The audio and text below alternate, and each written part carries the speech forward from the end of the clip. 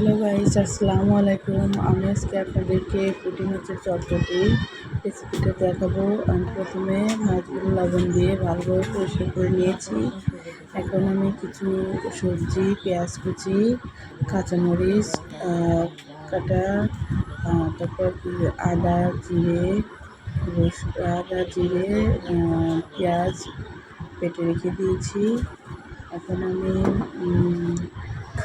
এতে হলুদ গুঁড়ো, মরিচ গুঁড়ো, জিরা সজের গুঁড়ো দিয়ে ভালোভাবে মেখে নিচ্ছি। এরপর মাছ দিয়ে একটু পানি দিয়ে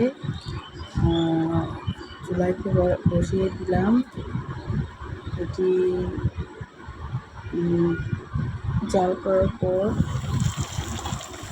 দেখুন কতটা সুন্দর লাগছে। এভাবে পুঁটি মাছের চটচটি করে খেয়ে আপনারা দেখতে পারেন। সত্যি এটি খেতে খুব সুস্বাদু, দেখতে সুন্দর।